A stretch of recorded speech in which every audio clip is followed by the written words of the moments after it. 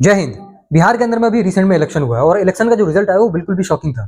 किसी को भी ये एक्सपेक्टेशन नहीं थी कि बिहार के अंदर में एनडीए को इतनी बड़ी जीत मिलेगी। देखिए, प्रशांत किशोर तो हार गए, लेकिन हारने के बाद जो उनका पहला मीडिया कॉन्फ्रेंस था उसके अंदर में कुछ वो ऐसा बयान दिए हैं जो बिहार का जो पॉलिटिकल नैरेटिव है उसको हिला करके रख देने वाला था। आज की इस वीडियो में सिंपल लैंग्वेज में आपको बताने वाला हूं कि आखिर प्रशांत किशोर की गलती क्या थी, बिहार आखिर चाहता क्या है, बिहार की आखिर प्रॉब्लम क्या है, और हम बिहारी कब तक फ्री चीजों के बदले वोट देते रहेंगे। Bihar Nitish Kumar, is the NDA which is leading. the battle for Bihar is done and dusted. Bihar assembly election result. देखिए, अगर इस इलेक्शन में मैं प्रशांत किशोर की बात करूं तो इनकी जो कैंपेन थी वो बिल्कुल भी क्लीन थी। वो लोगों से डायरेक्ट इंटरेक्शन कर रहे थे, पदयात्रा कर रहे थे, वो मुद्दे की बात कर रहे थे। बट बिहार के अंदर में जो इलेक्शन होता है वो इशू बेस्ड ना होकर के वो कास्ट बेस्ड होता है। मतलब बिहारी के पास अगर दो ऑप्शन है, एक ऑप्शन ऐसा है जो डेवलपमेंट के ऊपर मैं बात कर रहा हूं नेता, दूसरा नेता ऐसा है जो सिर्फ कास्ट का हो, तो बिहारी उसको चूज करेंगे जो उनके कास्ट का होगा।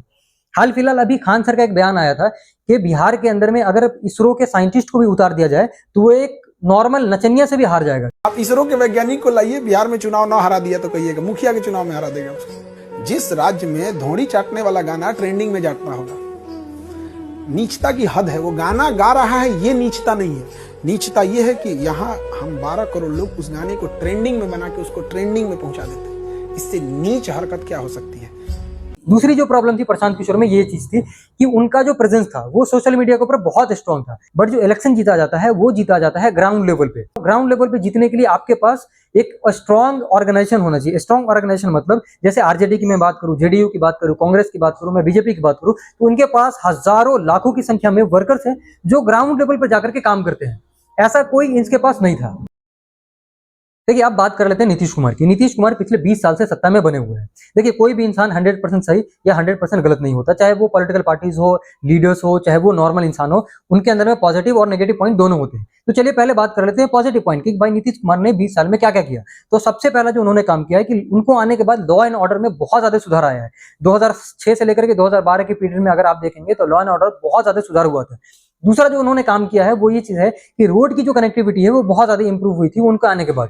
तीसरा जो काम हुआ है वो ये चीज है कि एजुकेशन सेक्टर में इनरोलमेंट बढ़ा। मतलब अगर मैं बात करूं कि अगर 100 बच्चे अगर जन्म लेते हैं तो उसमें से कितने बच्चे हैं जो स्कूल जा पाते हैं, कॉलेज जा पाते हैं, तो उसमें जो इनरोलमेंट हुआ है, जो एडमिशंस हुए हैं, वो नंबर्स ऑफ इनरोलमेंट बहुत ज्यादा इंप्रूव हुआ है उनके आने के बाद।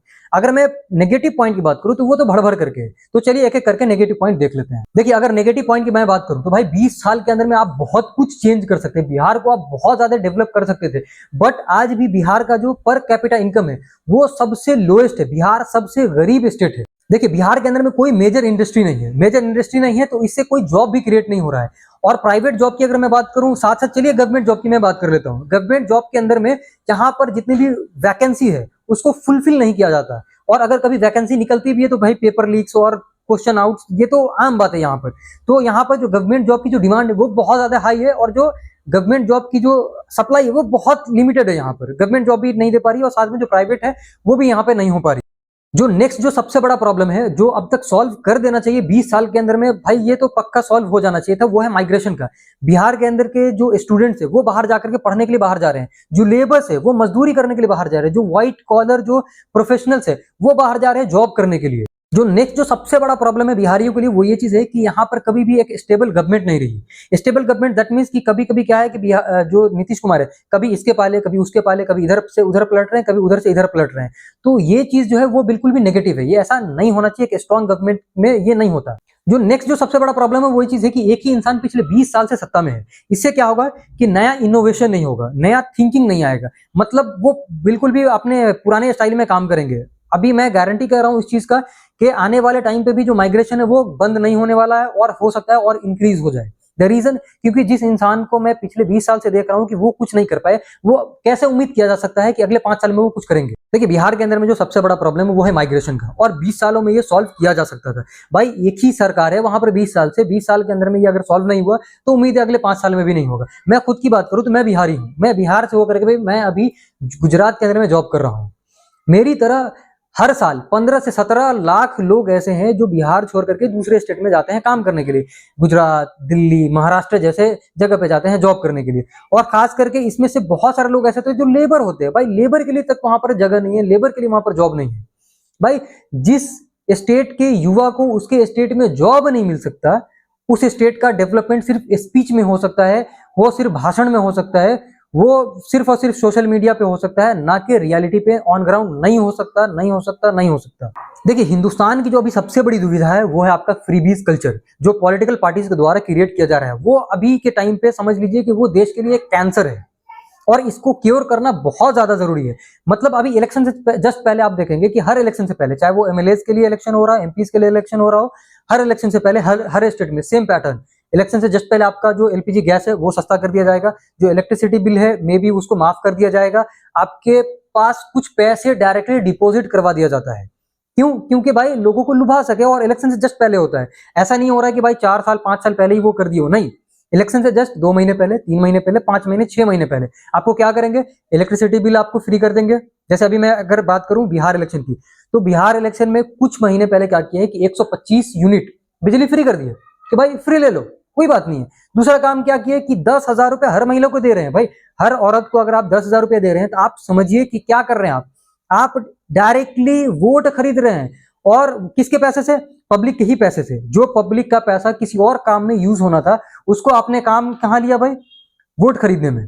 देखिए, इस फ्रीबीज कल्चर से 4 मेन प्रॉब्लम क्रिएट होता है। सबसे पहला जो प्रॉब्लम है वो ये चीज है कि आपका इंडस्ट्री में कोई भी इन्वेस्टमेंट नहीं होगा। मतलब ये चीज कि जो गवर्नमेंट जो इंडस्ट्री को बढ़ावा देने वाली रही होगी वो उसको बंद कर देगी। जो दूसरा प्रॉब्लम आने वाला है वो ये चीज होता है इसका जो बजट डेफिसिट। मतलब मान लीजिए कि गवर्नमेंट के पास 100 रुपया है और अलग अलग सेक्टर में वो पैसा खर्च करने वाली, 10 किधर, 5 किधर, 2 किधर, 20 किधर, ऐसा करके। तो अगर उसमें से बड़ा हिस्सा, मान लीजिए कि 10 रुपया 20 रुपया अगर वो सिर्फ और सिर्फ फ्री बीज में अगर दे दिए, तो वो जो बाकी जो पैसा है वो कम पड़ जाएगा बाकी कामों के लिए, जो अच्छे कामों के लिए। लाइक अगर हॉस्पिटल्स अगर बढ़ाने हैं, रोड का इंफ्रास्ट्रक्चर बिल्ड करना है, या फिर एजुकेशन के ऊपर में काम करना है, तो भाई वहां पैसे कम हो रहे हैं। और जो नेक्स्ट जो सबसे बड़ा प्रॉब्लम है वो ये चीज है आपका कि लॉन्ग टर्म में भाई इसका कोई फायदा नहीं होने वाला, कोई इसमें कोई जॉब क्रिएट नहीं हो रहा है।